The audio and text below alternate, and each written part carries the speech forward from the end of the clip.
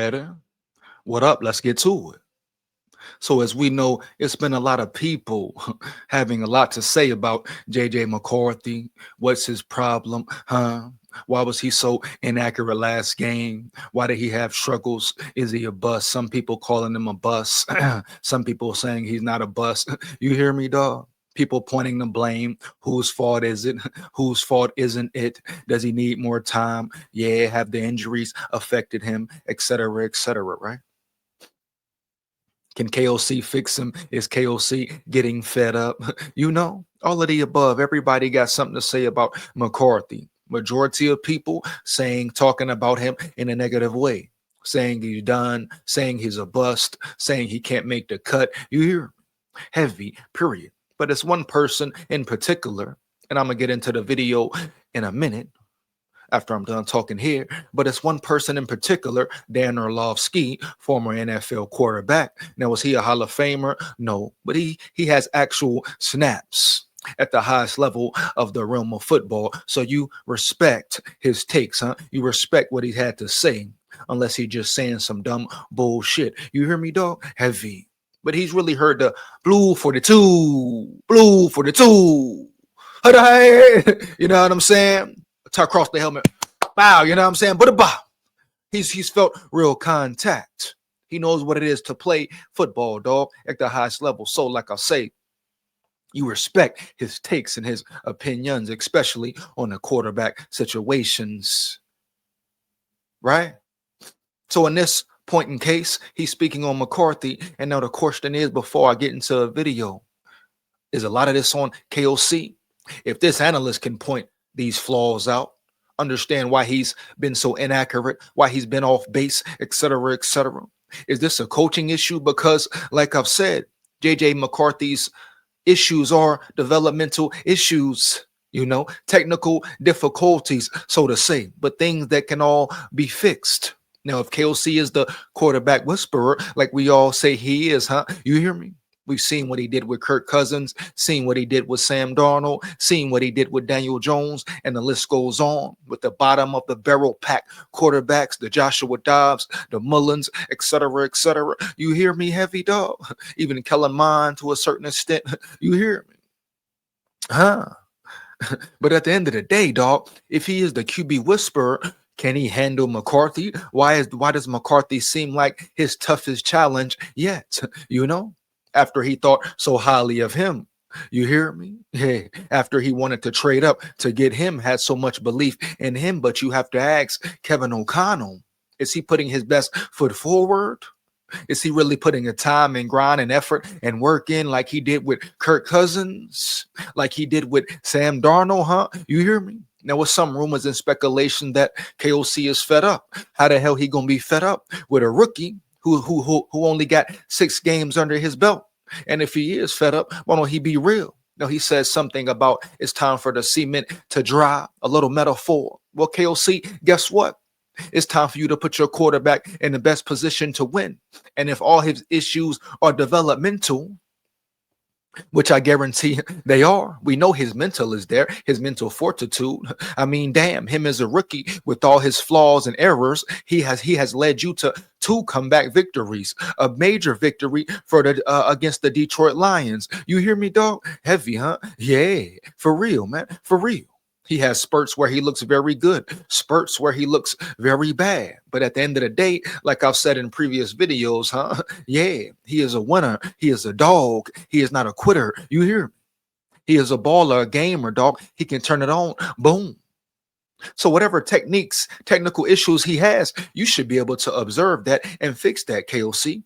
Why didn't you fix and observe that during training camp, KOC? You hear me? During preseason, KOC, huh? If Darren Orlovsky can sit and pinpoint and pick apart this quarterback's issues, a young rookie quarterback's issues, and we call you don't call yourself this, but the media and fans, especially Vikings media and fans, right?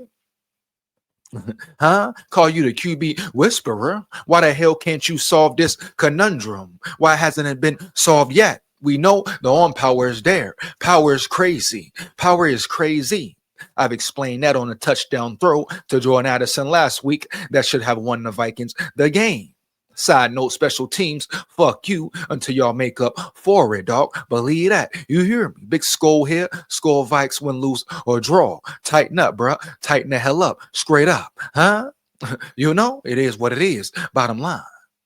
But if he is who we say he is, this should be fixed right now. Right now. Quickly and swiftly. You know? Technical things to be solved. Mechanics. Boom. Isn't that KOC's special team? You hear me? Fixing a quarterback's mechanics, heavy. He don't got to work too hard with controlling his mind or making JJ McCarthy play with a quiet mind. He's mentally strong. No, he needs to calm down in certain cases during the game. But he's a rookie, man. A damn rookie. You know, KOC needs to go more huddle, heavy. We've seen it clear. JJ McCarthy has looked more comfortable in no huddle. Get it going fast. Get it going quickly and swiftly, huh? Believe that. Yeah. Let's get into this video and see if Dan Orlovsky or KOC is and will be the QB whisperer, huh? You hear me, dog? Heavy. Yeah. You know, you already know what it is, right? SKOL Vikes win, lose, or draw. Yeah, no matter what. You hear me? Yeah, dog. Believe that. We run the North for real. Let's get into it, dog. Here we go. Give me a second, man. Yeah, for real. Hey, fire them comments up. Let me know how you feel about the video. Among the 35 quarterbacks who have started 5 games this season, McCarthy ranks last in total QBR, completion percentage, and touchdown interception ratio. McCarthy will look to turn things around starting Sunday at Lambeau Field. That's a tough environment to try to turn things around. New on NFL Live. Here's his head coach, Kevin O'Connell, today. Let's get it. The phrase I've been using with him, we gotta start seeing this cement dry on some of the things that we've really worked hard to make. Some people say right there that he's saying the cement dry. Why? Because he's getting fed up or tired of McCarthy, baby. You hear me? Well, if that's the case, KOC, guess what, dog? We as fans, real fans, ready to see the cement dry as far as your play calling, you leaning on a run. Like I said in the previous video, run the ball 40 times versus the Green Bay Packers, KOC. Turn them into Swiss cheese. You hear me? Turn them into Swiss cheese. You hear me, dog? So we're waiting on your cement to dry. You hear me, homie? Heavy, KOC. Yeah, you still have yet to coach a full 4 quarters. Now, you got better last week. I like what I saw, but can you keep it going, huh? Can you keep your team consistent? You have the most inconsistent team in the NFL. So what are we talking here, KOC? Do you hear me, dog? Do you dig me? Do you get my drift? Huh? Yeah, baby. Let's get it. Football habits for him from a fundamentals and technique standpoint. I think something Vikings fans can look for is, you know, when he gets to the top of his drops, we're really trying to see if we can get him to be a little bit more in a repeatable body position. And what I mean by that is the posture of, you know, a firm but athletic kind of lower half. We don't really like when his feet get too far outside the framework of his body. And that, once again, development issue, techniques, mechanics, baby. You hear me? All things that KOC should be able to repair. Heavy, right? Am I lying? No, I ain't lying. You dig me? You get my drift? Some people just don't like the truth, to accept the truth. Yeah. And KOC seems like he's still in his ego. You hear me?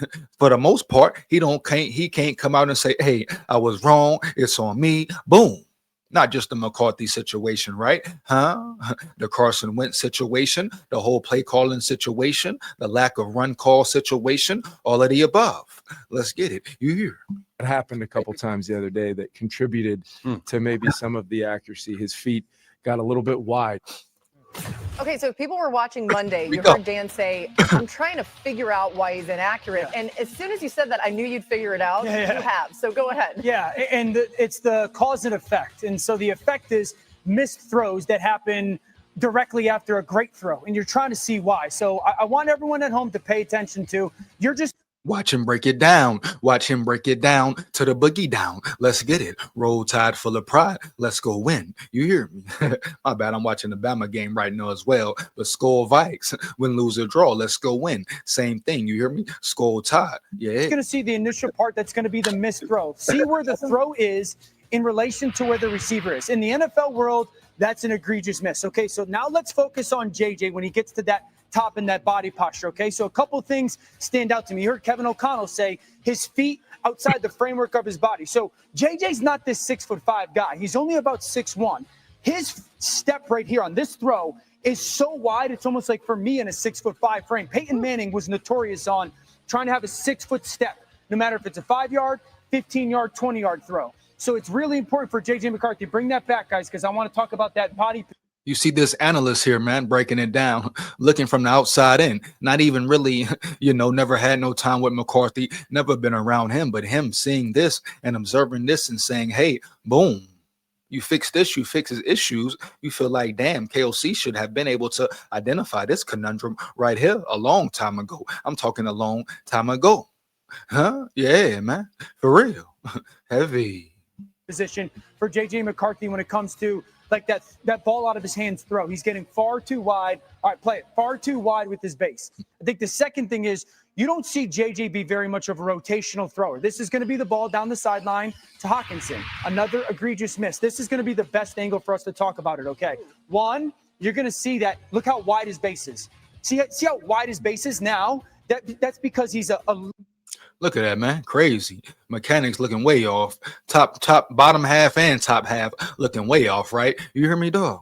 Dan pointing it out. When will KOC correct it? Believe that. You hear me? Linear thrower. It's almost like he's a swayer in golfing. Look at his right leg. His right leg is perfectly straight. Accuracy comes from the ground up. So because he's taking such a wide step, he's leaning so forward that his right leg is straightening. The second thing is, so often his shoulders are completely flat. You saw that first clip, that's ball down the field. This ball's a little bit down. I need to have your left shoulder tilted up a little bit because I want to have a little air under the football. The last part is you see consistently his back leg, when he makes the throw, it comes up like this. That tells me that you're a vertical thrower. You're not rotational. What happens is you'll see his left shoulder gets football type shit. You hear me, dog? Yeah. So far flung open, he's throwing the ball like this. And so these are mechanical things that are starting from the ground. That's where the flaw is first, is they got to get his feet consistently closer together.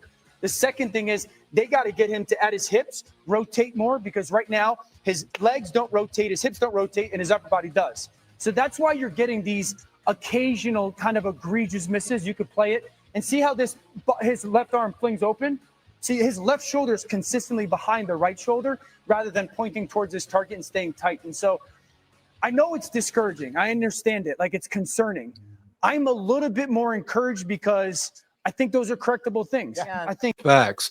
All correctable. All mechanic issues. Technique, right? Huh? You hear me? And like I say, once again, I got to keep reiterating it. If KOC is who we think and say he is, he should be able to fix those errors. And it shouldn't take forever.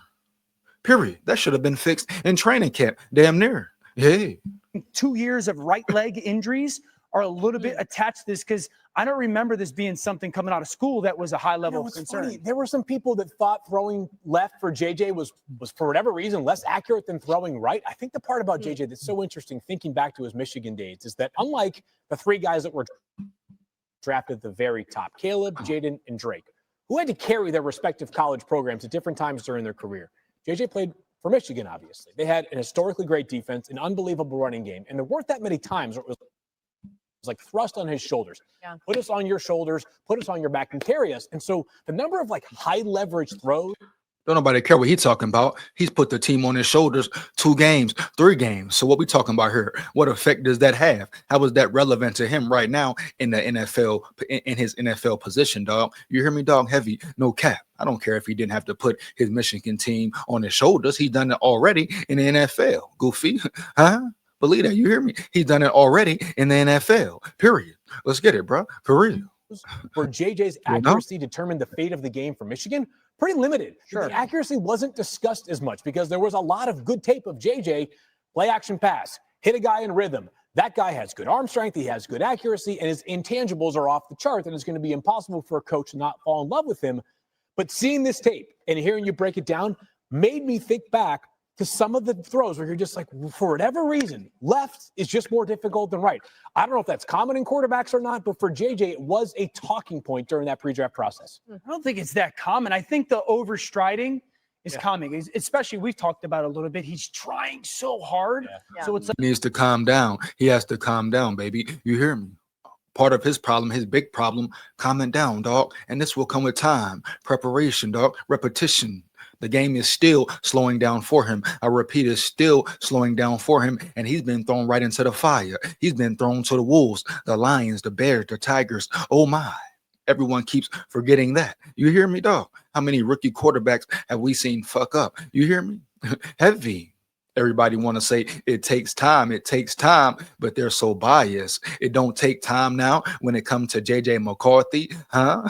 You know, that's what you telling me? Oh, yeah. Now, since JJ McCarthy, the Minnesota Vikings quarterback, since he's there, oh, now it don't take time round yonder. Now he's supposed to just boom, get it like that. You hear me? Quickly and swiftly. You hear me? I say kill that noise. Cat man, for real. But guess what? Like I say, it's all about the click. It's all about the click for real. The Minnesota Vikings will make the playoffs, like I said previous times already. I stand on that 10 toes down, win, lose, or draw, dog. But guess what? We come to fucking win. SKOL Vikes forever, win, lose, or draw. You hear me? Big SKOL here. Yeah, this has been officially SKOL territory. Yeah, powerful. like the stride is so big because I'm trying like effort-wise to be perfect. Yeah. And it hasn't been going right too. Like he's had some egregious throws thrown to his front side. Totally. Like, he had two in this game where they sailed to the right. Yeah. The back leg thing for me is a big deal. I remember that being a Trey Lance. All right, that's enough. You hear me? I'm going to talk about this, talk about that. We pretty much heard it all. You know what it is. We understand what Orlovsky is saying. Orlovsky has broke it down, broke down every way what the Vikings need to address. The question is, does KOC see the same thing?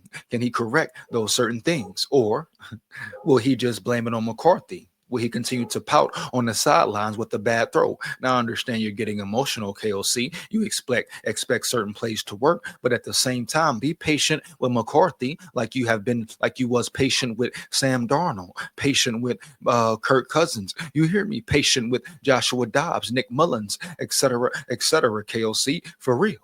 This is your rookie quarterback that you wanted to develop and mold. That's why you told Kwesi to trade up to the 10 spot and get that man, right? Bring that man round yonder. So now time gets tough. Things get rough. You want to punk out and punk up. Step up, chump.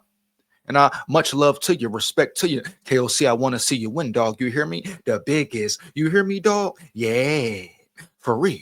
So I got to be real 1,000 all the way genuine and real with you, dog. For real. You hear me, bro? Straight up. No cap. But you need to do better. Play calling, how you're handling JJ McCarthy, your energy on the sidelines, etc., etc.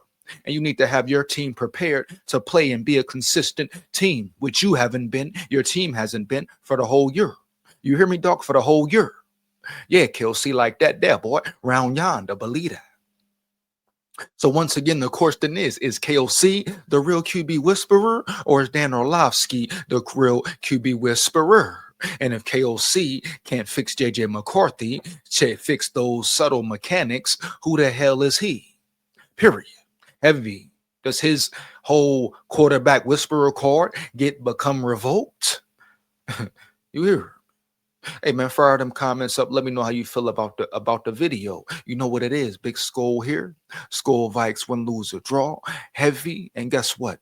We run the North. Yeah. Ooh. Here we go.